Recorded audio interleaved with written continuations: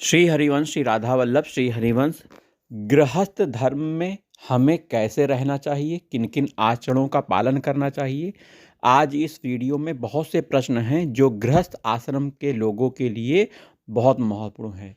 यह वीडियो उनके लिए बहुत महत्वपूर्ण होने वाला है। ध्यान से प्रश्नों को सुनिए और उत्तरों को सुनिए। यह प्रश्न उत्तर परम पूज्य प्रातः स्मरणीय विशेष संत महात्मा की विशेष पुस्तक से लिया गया है, राधा वल्लभ श्री हरिवंश। प्रश्न है, गृहस्थ आश्रम में कैसे रहना चाहिए। तो यह मनुष्य शरीर और इसमें भी गृहस्थ आश्रम उद्धार करने की पाठशाला है। भोग भोगने और आराम करने के लिए यह मनुष्य शरीर नहीं है, लेकिन इस समय मनुष्य भोग भोगी बन गया है। वो भोग भोगने में ही सुख प्राप्त करना चाह रहा है। वह सुख की तरफ जा रहा है, जो कि शारीरिक सुख हो सकता है, सांसारिक सुख हो सकता है। आध्यात्मिक सुख की तरफ मनुष्य नहीं जा रहा है। यही तन कर फल विषय न भाई, शास्त्र विहित यज्ञ आदि कर्म करके ब्रह्मलोक आदि लोकों की प्राप्ति भी खास बात नहीं है, क्योंकि वहां जाकर भी फिर लौटकर आना पड़ता है। तो ब्रह्मा जी के लोक में भी जाने पर हमें लौट के आना पड़ेगा, तो हमें वहां नहीं जाना है। अतः प्राणी मात्र के हित की भावना रखते हुए गृहस्थ आश्रम में हमें रहना चाहिए। सबकी हित मतलब प्राणी मात्र माने सभी का हित, और अपनी शक्ति के अनुसार तन मन बुद्धि योग्यता अधिकार आदि के द्वारा दूसरों को सुख पहुंचाना चाहिए। दूसरों की सुख सुविधा के लिए अपने सुख आराम का त्याग करना ही मनुष्य की मनुष्यता है। वहीं गृहस्थ में काम धंधा करते हुए जो हिंसा होती है उससे छुटकारा कैसे हो, इसका उत्तर है, गृहस्थ में रोज ये 5 हिंसाएं होती हैं। जहां रसोई बनती हैं वहां आग में चींटी आदि छोटे छोटे जीव मरते हैं। लकड़ियों में रहने वाले जीव मरते हैं। दूसरा, जहां जल रखते हैं वहां घड़ा इधर उधर करने आदि में जीव मरते हैं।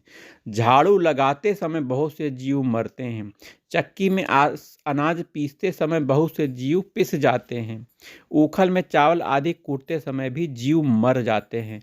इन हिंसाओं से छूटने के लिए गृहस्थ को प्रतिदिन बलि वैश्वदेव पंच महायज्ञ करना चाहिए। जो सर्वथा भगवान के ही शरण हो जाता है उसको यह हिंसा नहीं लगती, अर्थात उसे पंच महायज्ञ नहीं करना पड़ेगा। अगर वह भगवान की भक्ति करता है, भगवान के शरण होकर भगवान का नाम जाप करता है, तो उसे यह हिंसा नहीं लगी, वह संपूर्ण पापों से मुक्त हो जाता है। प्रश्न है, हम चक्की नहीं चलाते, धान नहीं कूटते, तो हमें क्या हिंसा नहीं लगेगी। उत्तर, आप पिसा हुआ आटा कूटा हुआ धान अपने काम में लेते हैं, तो उस आटे को पीसने में, धान को कूटने जो हिंसा हुई वह आपको लगेगी। प्रश्न है, खेती में अनेक जीवों की हिंसा होती है, तो क्या किसान खेती न करे। उत्तर है, खेती जरूर करे, पर ख्याल रखे कि हिंसा न हो। किसान के लिए खेती करने का विधान होने से उसको पाप कम लगता है, अतः उसको पाप से डर कर अपने कर्तव्य का त्याग नहीं करना चाहिए। जहां तक बने हिंसा न हो, ऐसी सावधानी अवश्य रखनी चाहिए। प्रश्न है, आजकल किसान लोग फसल की सुरक्षा के लिए जहरीली दवाएं छिड़कते हैं, तो क्या यह ठीक है। उत्तर, किसान को यह काम कभी नहीं करना चाहिए। पहले लोग ऐसी हिंसा नहीं करते थे तो अनाज सस्ता मिलता था। आजकल हिंसा करते हैं तो अनाज महंगा मिलता है। दिखने में तो ऐसा दिखता है कि जीवों को मार देने से अधिक अनाज होता है, पर इसका परिणाम अच्छा नहीं है। प्रश्न है, शास्त्रों में गृहस्थ पर 5 ऋण बताए गए हैं, पितृ ऋण, देव ऋण, ऋषि ऋण, भूत ऋण और मनुष्य ऋण। इसमें से पितृ ऋण क्या है, उसे छूटने का क्या उपाय है। जैसे उत्तर है, माता पिता दादा दादी, पर दादा दादी, नाना नानी, पर नाना नानी आदि के मरने पर जो कार्य किए जाते हैं वे सब प्रेत कार्य हैं, और परंपरा से श्राद्ध तर्पण करना, पिंड पानी देना आदि जो कार्य पितरों के उद्देश्य से किए जाते हैं वे सब पितृ कार्य हैं। मरने के बाद प्राणी देवता, मनुष्य, पशु पक्षी, भूत प्रेत, वृक्षलता आदि किसी भी योनि में चला जाए तो उसकी पितर संज्ञा होती है।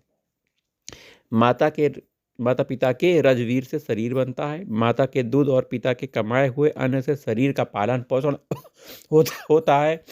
पिता के धन से शिक्षा योग्यता प्राप्त होती है। माता पिता के उद्योग से विवाह होता है। इस तरह पुत्र पर माता पिता पर दादा दादी का और दादा दादी पर परदादा दादी का ऋण रहता है। परंपरा से रहने वाले इस पितृ ऋण से मुक्त होने के लिए पितरों की सद्गति के लिए उनके नाम से पिंड पानी देना चाहिए, श्राद्ध तर्पण करना चाहिए। पुत्र जन्म भर माता पिता आदि के नाम से पिंड पानी देता है, पर आगे पिंड पानी देने के लिए संतान उत्पन्न नहीं करता तो वह पितृ से मुक्त नहीं होता, अर्थात उस पर पितरों का ऋण नहीं रहता। परंतु संतान उत्पन्न होने पर उस पर पितृ ऋण नहीं रहता, प्रत्युत वह पितृ संतान पर आ जाता है। पितर पिंड पानी चाहते हैं तो अतः पिंड पानी मिलने से वह सुखी रहते हैं, न मिलने से वे दुखी हो जाते हैं। पुत्र की संतान न होने से भी वे दुखी हो जाते हैं कि आगे हमें पिंड पानी कौन देगा। परंतु जो भगवान का भक्त है, भगवान के शरणागत हो जाता है, उन्हें पितृ से मुक्ति मिल जाती है। प्रश्न है, क्या पितरों के नाम से दिया हुआ उनको मिल जाता है? उत्तर है, पितरों के नाम से जो कुछ दिया जाए वह सब उसको मिल जाता है, चाहे किसी भी योनि में क्यों ना हो। उनके नाम से दिया हुआ पिंड पानी उनको उसी योनि के अनुसार खाद्य या पेय पदार्थ के रूप में मिल जाता है। जैसे पितर पशु योनि में हो तो उनके नाम से दिया हुआ अन्न उनको घास बनकर मिल जाएगा, और देव योनि में हो तो अमृत बनकर मिल जाएगा। तात्पर्य है कि जैसी वस्तु से उनका निर्वाह होता है वैसी वस्तु उनको मिल जाती है। जैसे हम यहाँ से अमेरिका में किसी को मनी ऑर्डर के द्वारा रुपए भेजे तो वह वहाँ पर डॉलर बनकर उनको मिल जाता है। ऐसे ही हम पितरों के नाम से पिंड पानी देते हैं तो दान पुण्य देते हैं, तो वह जिस योनि में पितर है उसी योनि के अनुसार खाद्य या पेय पदार्थ उस रूप में पितरों को प्राप्त हो जाता है। आज हम बड़े आदर से जो रोटी कपड़ा आदि मिलता है वह हमारे पूर्वकृत पुण्यों का फल भी हो सकता है, और हमारे पूर्व जन्म के पुत्र पौत्रादि के द्वारा किए गए श्राद्ध तर्पण का फल भी हो सकता है। पर है यह हमारा प्रारब्ध ही तो। जैसे किसी बैंक में 1 लाख रुपए जमा किए, उसमें से उसने कुछ अपने नाम से, कुछ पत्नी के नाम से, कुछ पुत्र के नाम से जमा किए, तो वह अपने नाम से जमा किए हुए पैसे ही निकाल सकता है, अपनी पत्नी पुत्र के नाम से जमा हुए पैसे नहीं। वे पैसे तो उसकी पत्नी और पुत्र को ही मिलेंगे। ऐसे ही पितरों के नाम से जो पिंड पानी दिया जाता है वह पितरों को ही मिलता है, हमें नहीं। हाँ, हम जो जीते जी गया में जाकर अपने नाम से पिंड पानी देंगे तो मरने के बाद वह हमें ही मिल जाएगा। गया में तो पशु पक्षी के नाम से भी दिया हुआ पिंड पानी भी उसको मिल जाता है। एक सज्जन का अपनी गाय पर बड़ा स्नेह था। वह गाय मर गई तो वह उसको स्वप्न में बहुत दुखी दिखाई दी, तो उसने गया में जाकर उस गाय के नाम से पिंड पानी दिया। फिर वह गाय स्वप्न में दिखाई दी तो वह बहुत प्रसन्न थी। जैसे हमारे पास एक तो अपना कमाया हुआ धन है और एक पिता का धन, दादा दादी परदादा का वह धन है, तो अपने कमाए हुए धन पर ही हमारा अधिकार है। पिता दादा आदि के कमाए हुए धन पर हमारा उतना अधिकार नहीं है। वंश परंपरा के अनुसार पिता दादा आदि के धन पर हमारे पुत्र पौत्र का अधिकार है। ऐसे ही पितरों को वंश परंपरा के अनुसार पुत्र पौत्र को दिया हुआ पिंड पानी मिलता है, अतः पुत्र पौत्र भी पिता दादा आदि के पिंड पानी देने के दायित्व होता है। एक पितृलोक भी है, पर मरने के बाद सब पितृलोक में ही जाते हों, यह कोई नियम थोड़ी नहीं है, कारण कि अपने अपने कर्म के अनुसार ही सबकी गति होती है। अगला प्रश्न है, यदि किसी के माता पितर मुक्त हो गए हों, भगवान के धाम में चले गए हैं, तो उनके नाम से दिया हुआ पिंड पानी क्या होगा? उत्तर है, पुत्र को तो यह पता नहीं रहता कि माता पिता मुक्त हो गए हैं, भगवान के धाम में चले गए हैं, पर वह उनके नाम से आदरपूर्वक जो पिंड पानी दान पुण्य करता है वह सब उनके नाम पर जमा हो जाता है और मरने के बाद उसी को मिलता है। जैसे हम किसी के नाम से बम्बई पैसा भेजते हैं पर वह व्यक्ति वहाँ नहीं है तो वह पैसा वापस हमें ही मिल जाता है, वापस आ जाता है। क्या प्रश्न है, क्या संतान उत्पन्न किए बिना भी मनुष्य पितृ ऋण से छूट सकता है? हाँ, छूट सकता है। जो भगवान के सर्वथा शरणागत हो जाता है उस पर कोई ऋण नहीं रहता। देवर्षि भूताप्त नृणाम पितृणाम न किंकरो नायमृणी च राजन सर्वात्मना या शरणम शरण्यम गतो मुकुंदम परिहृत्य कर्तम। राजन, जो सारे कर्मों को छोड़कर संपूर्ण रूप से शरणागत वत्सल भगवान की शरण में आ जाता है, वह देव ऋण, ऋषि ऋण, प्राणी ऋण, कुटुंबीजन, पितृगण आदि किसी का भी ऋणी और सेवक नहीं रहता। प्रश्न है, देव ऋण क्या है और उससे छूटने का क्या उपाय है? वर्षा होती है, धूप से तपता है, हवा चलती है, पृथ्वी सबको धारण करती है, रात्रि में चंद्रमा, दिन में सूर्य का प्रकाश मिलता है जिससे सबका जीवन निर्वाह चलता है। यह सब हमारे देव ऋण है। हवन यज्ञ करने से देवताओं की पुष्टि होती है और हम देव ऋण से मुक्त हो जाते हैं। ऋषि ऋण क्या है और उससे छूटने का उपाय क्या है? ऋषि मुनियों ने, संत महात्माओं ने जो ग्रंथ बनाए हैं, स्मृतियां बनाई हैं, उनसे हमें प्रकाश अर्थात ज्ञान मिलता है, शिक्षा मिलती है, कर्तव्य का ज्ञान होता है। अतः उनका हम पर ऋण है। उनके ग्रंथों को पढ़ने, स्वाध्याय करने, पठन पाठन करने, संध्या गायत्री करने से हम ऋषि ऋण से मुक्त हो जाते हैं। भूत ऋण क्या है और इससे छूटने का क्या उपाय है? गाय, भैंस, भेड़, बकरी, ऊंट, घोड़ा आदि जितने प्राणी हैं उनसे हम अपना काम चलाते हैं, अपना जीवन निर्वाह करते हैं। वृक्ष, लता आदि फल, फूल, पत्ती, लकड़ी आदि लेते हैं वृक्ष से। यह हम पर दूसरों का, प्राणियों का ऋण है। पशु पक्षियों को घास, अन्न देने से, जल पिलाने से, वृक्ष लता आदि को खाद जल देने से, पौधों को जल देने से हम भूत ऋण से मुक्त हो जाते हैं। मनुष्य ऋण क्या है और उसे छूटने का क्या उपाय है? बिना किसी की सहायता लिए हमारा जीवन निर्वाह नहीं रहता। हम दूसरों के बनाए हुए रास्ते पर चलते हैं, दूसरे के बनाए हुए कुएं का पानी काम में लाते हैं, नल का पानी पीते हैं, दूसरे के लगाए हुए पेड़ पौधे को काम में लेते हैं, दूसरों के द्वारा उत्पन्न किए गए अन्य खाद्य पदार्थों का उपयोग करते हैं, या उनका हम पर ऋण है। दूसरों की सुख सुविधा के लिए कुआं खुदवाने से, प्याऊ लगाने से, बगीचे लगाने से, रास्ता बनवाने से, धर्मशाला बनाने से, अन्न क्षेत्र लगाने से मनुष्य ऋण से मुक्त हो जाता है।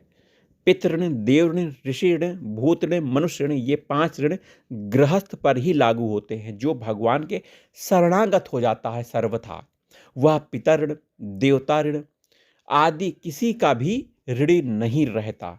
यह सभी ऋणों से छूट जाता है। अगला प्रश्न है, यदि कोई संतान न हो तो अपने संबंधियों अथवा अनाथ बालक बालिकाओं को गोद लेना चाहे या नहीं?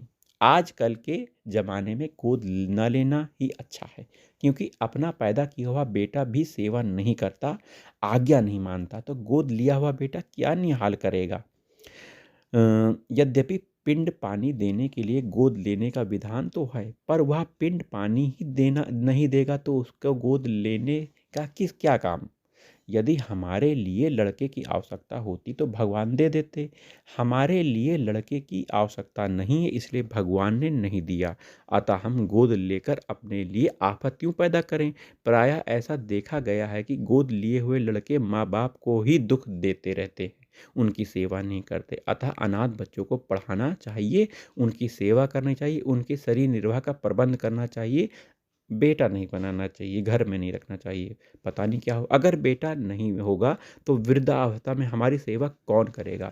उत्तर है, जिनके बेटे हैं वे क्या सभी अपने माता पिता की सेवा करते हैं? आजकल के बेटे तो माँ बाप की धन संपत्ति आदि को लूटना चाहते हैं, श्राद्ध तर्पण को फालतू समझते हैं। तो ऐसे बेटे क्या सेवा करेंगे, वे तो केवल दुखदाई हैं। वास्तव में प्रारब्ध से जैसी सेवा बनने है, जितना सुख आराम मिलने वाला है वैसा उतना ही मिलेगा, चाहे पुत्र हो चाहे न हो। हमने यह प्रत्यक्ष देखा है कि विरक्त संतों की जितनी सेवा होती है उतनी सेवा गृहस्थ के बेटे नहीं करते। तात्पर्य है कि ये बेटा होने से ही सेवा होती है, यह बात नहीं है। अगला प्रश्न है, अगर कोई बेटा नहीं होगा तो मरने के बाद हमें पिंड पानी कौन देगा और पिंड पानी न मिलने से हमारी गति कैसी होगी? पिंड पानी देने से पिंड पानी लेने वाले का अगला जन्म मरण चालू होता है। जैसे रास्ते में चलने वाला व्यक्ति भूख प्यास के कारण कहीं रुक जाता है, रास्ते में अटक जाता है और अन्न जल मिलने के बाद फिर अपने रास्ते पे चल पड़ता है, ऐसे ही मृत आत्माओं को पिंड पानी न मिलने से वे एक जगह अटक जाते हैं और रुक जाते हैं और पिंड पानी मिलने से वहाँ से चल पड़ते हैं। अर्थात उनकी आगे गति शुरू हो जाती है, उनका जन्म मरण चालू हो जाता है, परंतु उनकी मुक्ति कल्याण नहीं होता। वास्तव में मुक्ति होना, कल्याण होना संतान के अधीन किंचिन मात्र भी नहीं है। अगर मुक्ति संतान के अधीन हो तो मुक्ति पराधीन हुई ना, फिर मनुष्य जन्म की स्वतंत्रता कहाँ रही? कल्याण में, मुक्ति में जब शरीर की आसक्ति भी बाधक है, तो फिर मरने के बाद भी पुत्र से पिंड पानी की आशा कल्याण कैसे होने देगी? वह तो बंधन में ही डालेगी ही। अतः जो अपना कल्याण चाहता है उसको पुत्रेषणा, पुत्र की इच्छा, लोकेषणा, संसार में आदर सत्कार मान बढ़ाई की इच्छा, वितेषणा, धन की इच्छा, इन तीनों का त्याग कर देना चाहिए, क्योंकि ये तीनों ही परमात्मा प्राप्ति में बाधक है। जिसको संतान की पिंड पानी की इच्छा हो, वो जन्म मरण के चक्कर में पड़े रहना चाहते हैं, क्योंकि कहीं जन्म होगा तो तभी तो वह पिंड पानी चाहेगा। अगर जन्म होगा ही नहीं तो पिंड पानी किसको चाहिए? पुत्र ना होने से कल्याण नहीं होता, यह बात बिल्कुल गलत है। अगर संतान होने से कल्याण होता तो सुक्री के 11, सर्पणी के 108 बच्चे होते हैं। फिर उनका तो कल्याण हो ही जाना चाहिए। ऐसे ही ज़्यादा बच्चों वालों का कल्याण जल्दी होना चाहिए, पर वह होता नहीं है, संतान हो अथवा ना हो। मनुष्य को केवल भगवान में ही लगना चाहिए, भगवान के प्रणय होकर भगवान की भजन करना चाहिए। अगर पुत्र की इच्छा न मिटती तो निसंतान मनुष्य को चाहिए कि वह श्री राम लला को, श्री कृष्ण लला को अपना पुत्र मान ले और पुत्र भाव से उनको लाड़ प्यार करे। वह पुत्र भगवान जैसी सेवा करेगा वैसे ही सेवा पैदा किया हुआ पुत्र नहीं कर सकता। वह पुत्र तो लोक परलोक का सब काम कर देगा। तो राधा वल्लभ श्री हरिवंश, श्री वृंदावन श्री वंचन। जय जय श्याम, जय जय श्याम, जय जय श्री वृंदावन धाम। मेरी श्याम मेरो श्याम, मेरो श्री वृंदावन धाम। राधा राधा राधा राधा। श्री हरिवंश।